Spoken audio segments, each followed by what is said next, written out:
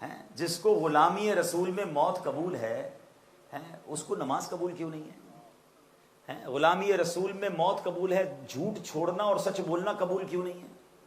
یا تو دیکھیں نا، غلامی رسول تو پھر یہ کہ سب کچھ قبول ہونا چاہیے نا، یعنی اپنی زندگی کے معاملات تو دیکھیں۔ میں اس کو اس طرح سمجھاتا ہوں کہ ایک بیٹا آپ کو ملے اور وہ آپ کو کہے میں اپنے والد صاحب سے بڑی محبت کرتا ہوں، جب بھی ملے وہ اپنے والد صاحب سے محبت کا ذکر کرے، میں اپنے ابو کا دیوانہ، میں اپنے ابو پر جان قربان، میرے والد صاحب کمال۔ آپ کہیں یار ماشاءاللہ کمال ہے یار، کیسا بیٹا ہے۔ ایک دن اس کے والد صاحب سے آپ کی ملاقات ہو جائے اور آپ کہیں یار آپ کو ماشاءاللہ آپ کا بیٹا آپ سے کتنی محبت کرتا ہے، جب آتا ہے کہتا ہے آپ سے بڑی محبت ہے، اور والد صاحب کا ایک نمبر کا جھوٹا ہے، میری تو کوئی بات ہی نہیں مانتا، میں جو کہتا ہوں اس کا الٹا کرتا ہے، مجھے تنگ کر کے رکھا ہوا ہے۔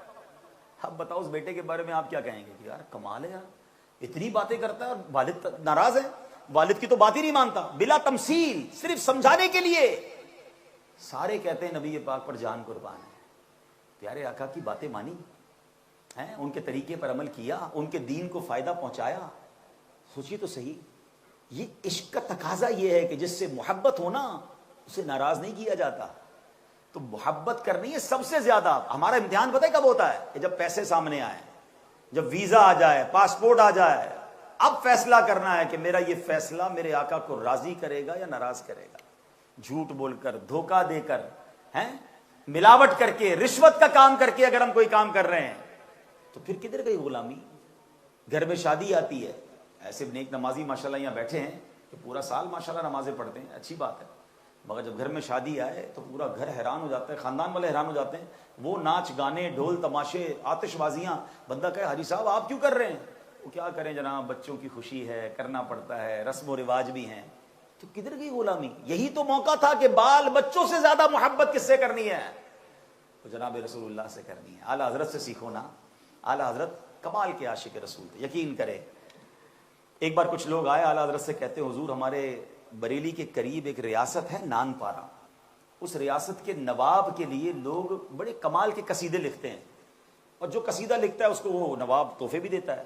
حضور آپ تو اتنے بڑے شاعر ہیں، آپ بھی یہ قصیدہ لکھ دیں، پیسے بھی اچھے مل جائیں گے، آپ کے کام رکے ہوئے بن جائیں گے۔ اعلیٰ حضرت نے قلم اٹھایا، ہو سکتا ہے اس زمانے کے لوگوں نے سوچا ہو کہ بھائی یہ تو کمال کا قصیدہ لکھیں گے، نو ڈاؤٹ آپ نے کمال کا قصیدہ لکھا، مگر کسی نواب کی شان میں نہیں لکھا، اپنے آقا کی شان میں لکھا۔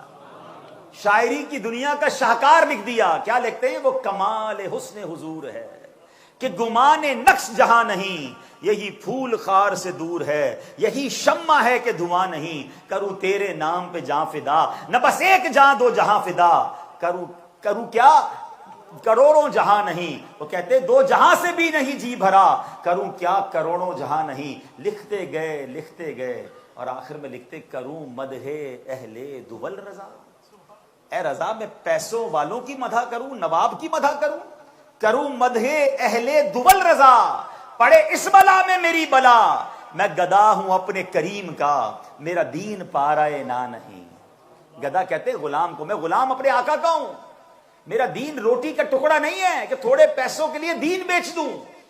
ایکچوئل میسج یہ ہے کہ محبت رسول اس چیز کا نام ہے کہ میرا دین روٹی کا ٹکڑا نہیں ہے کہ تھوڑے سے معاملہ، تھوڑا سا جناب کیا کریں، یورپ میں رہتے ہیں جناب، یہاں کمپرومائز کرنا پڑتا ہے، یہاں سب چلتا ہے، نہیں پڑھ سکتے نماز حضرت، نہیں رکھ سکتے داڑھی، نہیں آ سکتے سنتوں کی طرف، نہیں کر سکتے دین پر کام۔ پھر خود سوچ لو یار کہ پھر واقعی کیا نبی پاک سے سب سے زیادہ محبت ہے، یا اس محبت کی باری بہت بعد میں آتی ہے؟ پہلے بچوں سے پیار ہے، پھر بیوی سے ہے، پھر جناب پیسوں سے ہے، پھر پاسپورٹ سے ہے، پھر نوکری سے ہے، بعد میں موقع ملتا ہے تو پھر عشق رسول کی بات کرتے ہیں۔ پھر وہ بات تو نہ ہوئی نا، مگر حق یہ ہے جناب رسول اللہ علیہ الصلوۃ والسلام کا کہ تب سب چیزوں سے زیادہ اگر پیار کرنا ہے تو نبی پاک سے محبت کرنی، اور یہ مومن کامل ہونے کے لیے ضروری ہے۔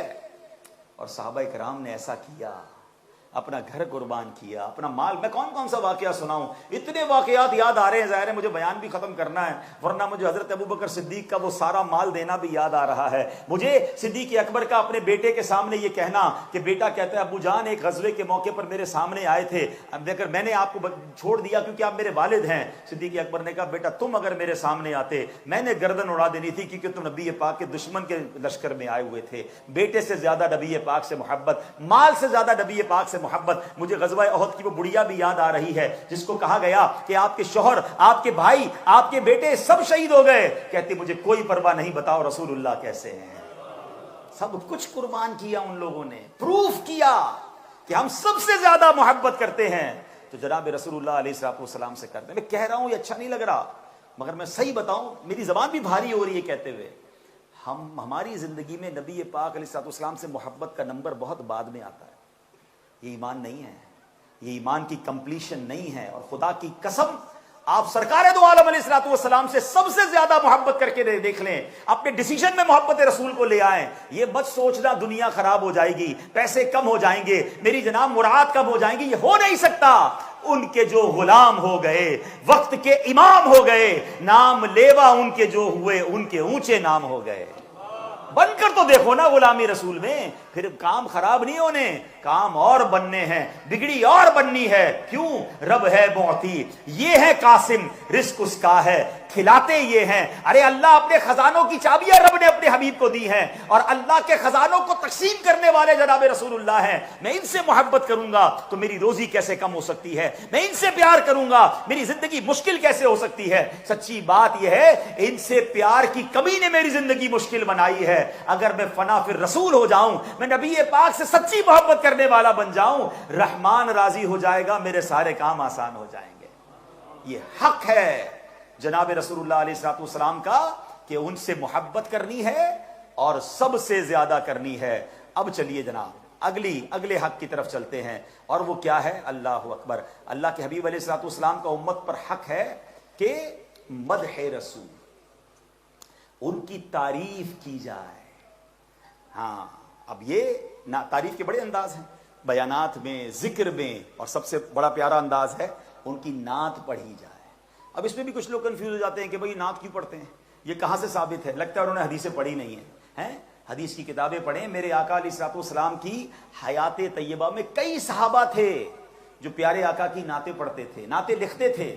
آپ کو پہلے پتہ ہے پہلے یہ اس زمانے میں لڑائی کس طرح ہوتی تھی؟ تلواروں سے بھی ہوتی تھی، اونٹوں اور گھوڑوں کے ذریعے بھی ہوتی تھی، اور اشعار کے ذریعے بھی ہوتی تھی. ایک فوج دوسری فوج کے لیے اشعار لکھتی تھی، اور معاذ اللہ کفار نبی پاک کی گستاخی پر اشعار لکھتے تھے، مسلمانوں کے خلاف اشعار لکھتے تھے تاکہ ڈی مورلائز کر دیں. اور پھر صحابہ ان کے جواب میں جذبہ بڑھانے والے اشعار بھی لکھتے اور نبی پاک کی نعتیں بھی لکھا کرتے. میرے آقا ایک بڑے پیارے نعت گو جو ہے صحابی رسول ہیں، حضرت عبداللہ بن رواحہ رضی اللہ تعالیٰ عنہ. نبی پاک فرماتے ہیں اے عبداللہ تمہارے اشعار کفار کے لیے تیر کی مانند ہیں. وہ ایسے اشعار لکھتے تھے. اور حضرت حسان بن ثابت، وہ تو سب سے بڑے نعتخواں صحابی رسول ہیں. ان کا مقام کیا تھا؟ میرے آقا مسجد نبوی میں منبر لگاتے، حضرت حسان بن ثابت اس پر بیٹھتے اور وہ نعتیں پڑھتے، اور آقا فرماتے اے اللہ حضرت حسان کی روح القدس یعنی جبریل امین کے ذریعے مدد فرما.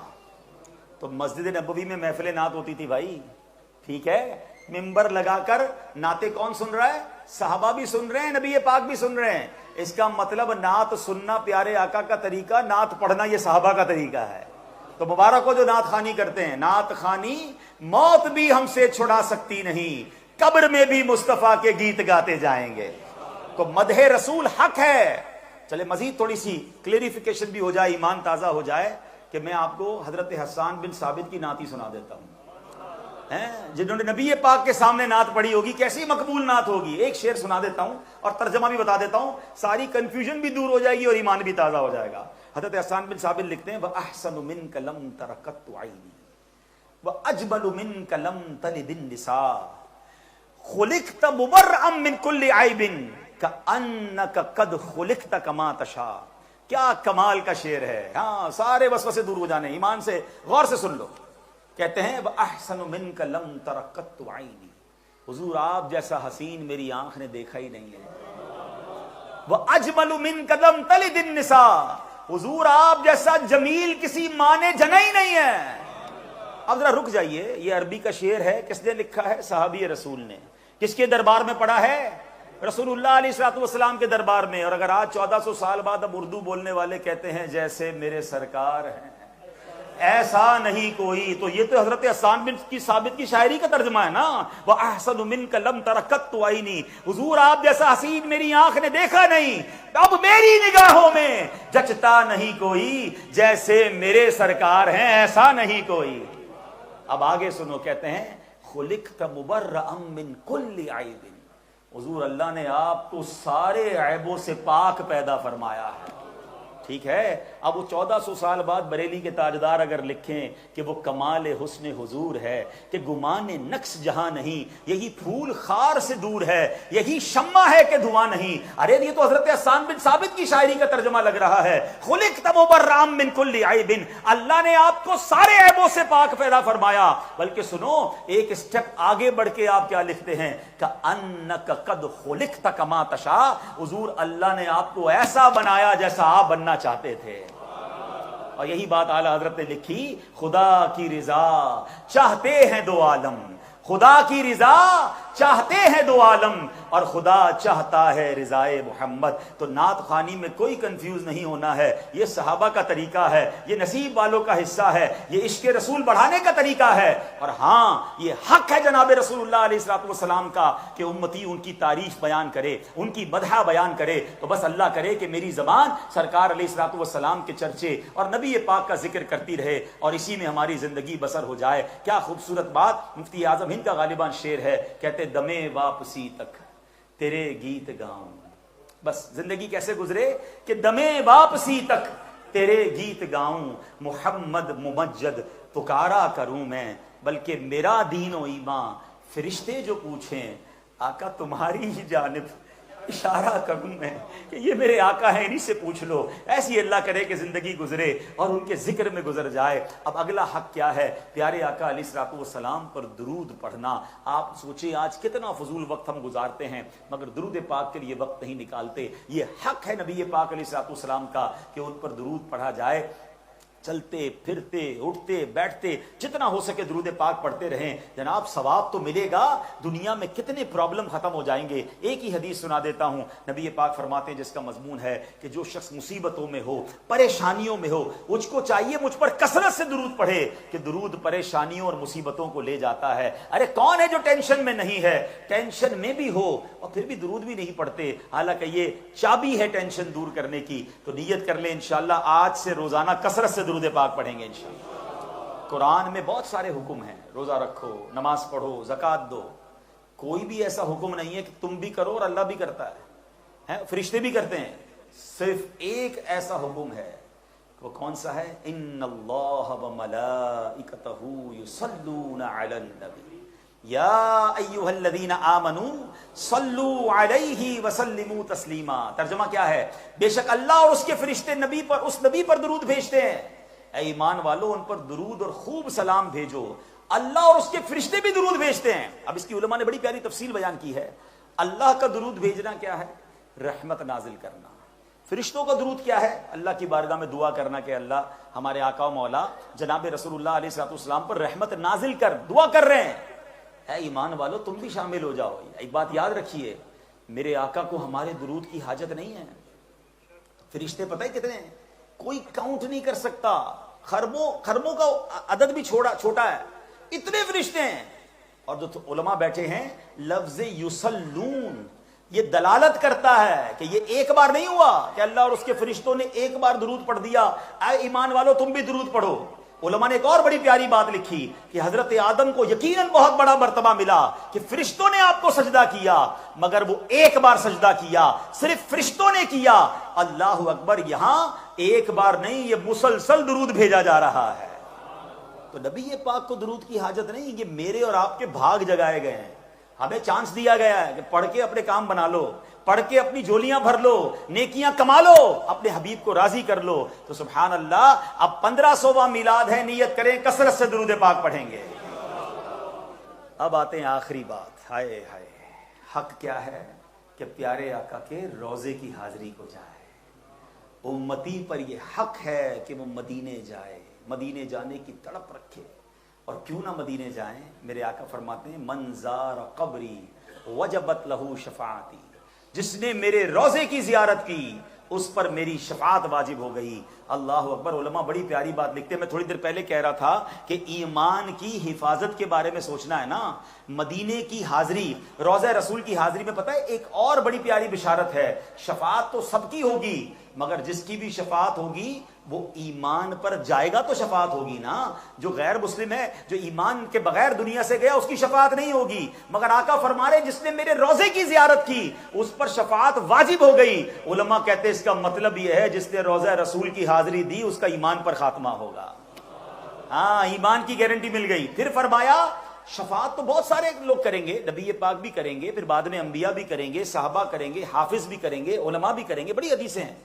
مگر مدینے جانے والے کے نصیب دیکھو, آقا فرماتے ہیں کہ اس کی میری شفاعت واجب ہو گئی. شفاعتی, اس کا مطلب یہ ہوا کہ روضہ رسول پر جو حاضری دیتا ہے اس کی خود نبی پاک شفاعت فرمائیں گے. ایسی پیاری جگہ پر جانے کو کیوں نہ ترسیں.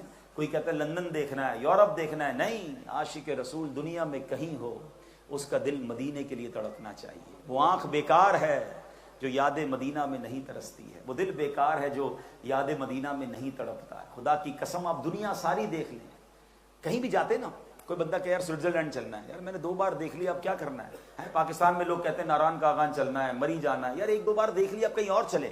آپ دنیا میں یہی کرتے ہیں, 2-3 بار کوئی جگہ دیکھ لیں, پھر جانے کو جی نہیں چاہتا. بندہ کہتا ہے کہیں اور چلو نا, یار وہ تو دیکھ لیا, ایکسپلور کر لیا.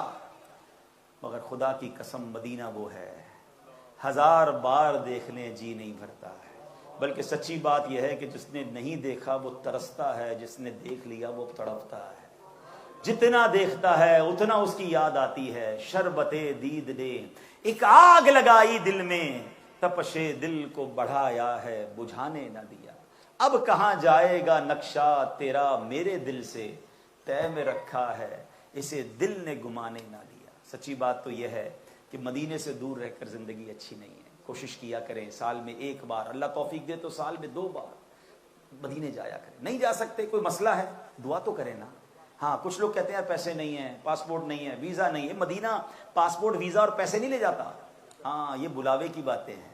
اربوں پتی لوگ دنیا میں ہیں, ساری دنیا دیکھی ہے, نہیں دیکھا تو مدینہ نہیں دیکھا. اور میں نے اور آپ نے کئی ایسے غریب دیکھے ہیں کہ کچھ نہیں ہے ان کے پاس مگر کئی بار مدینہ دیکھ لیا ہے. کہاں کا منصب کہاں کی دولت, قسم خدا کی یہ ہے حقیقت, جنہیں بلایا ہے مصطفیٰ نے وہی مدینے کو جا رہے ہیں. جنہیں بلایا ہے مصطفیٰ نے وہی مدینے کو جا. ہائے ہائے, بس دعا کیا کرو. خدا کی قسم مدینہ مدینہ ہے. مزہ کیا خاک آئے دور رہ کر ایسے جینے میں, کہ پروانہ یہاں تڑپے جلے شمع مدینے میں. اپنی دعاؤں میں مدینے کو شامل کرو. اور یہ حق ہے پیارے آقا علیہ الصلوۃ والسلام کا کہ امتی ان کے روزے کی زیارت ہو جائے. تو آج میں نے بہت اسپیڈ اپ سے 8 حقوق کچھ نہ کچھ بیان کیے ہیں, لیکن اس کو تفصیل سے اگر آپ نے پڑھنا ہے تو بڑی پیاری کتاب ہے سیرت رسول. مکتبۃ المدینہ سے حاصل بھی کر سکتے ہیں, dawatIslami.net سے ڈاؤن لوڈ کر سکتے ہیں. ان 8 حقوق پر تفصیلی وہاں پر کلام موجود ہے. اور آج سے یہ نیت کریں کہ 1500واں میلاد ہے, اب اس میلاد نبی کے مہینے میں یہ جو حقوق مصطفیٰ ہیں ہم اس پر عمل بھی کریں گے, اس کو پورا کرنے کی کوشش کریں گے. اس نبی پاک کے اتنے احسانات ہیں, ہم کچھ تو شکرانے میں کرنے کی کوشش کریں. اور یہ دعوت اسلامی کا ماحول ہمیں محبت رسول کے جام بھر بھر کر پلاتا ہے. اس ماحول سے وابستہ ہو جائیں. سو دوستو, آپ نے بیان کو سنا, آپ کو پتہ چل گیا ہوگا کہ حقوق مصطفیٰ صلی اللہ تعالی علیہ وسلم ہم امتیوں پر کیا کیا ہیں. سو ان پر عمل کریں, اللہ سے دعا مانگیں کہ ہمیں ان پر عمل کرنے کی توفیق عطا کریں. سو اس طرح کے مزید ویڈیو پانے کے لیے چینل کو سبسکرائب کر کے ہمارے ساتھ جڑے رہیں. اور ہاں, ویڈیو اگر پسند آئی ہے تو لائک بھی کریں, اسے شیئر بھی کریں. سو ملتے ہیں کسی اور ویڈیو میں, تب تک اپنا خیال رکھیں. خدا حافظ. السلام علیکم ورحمۃ اللہ.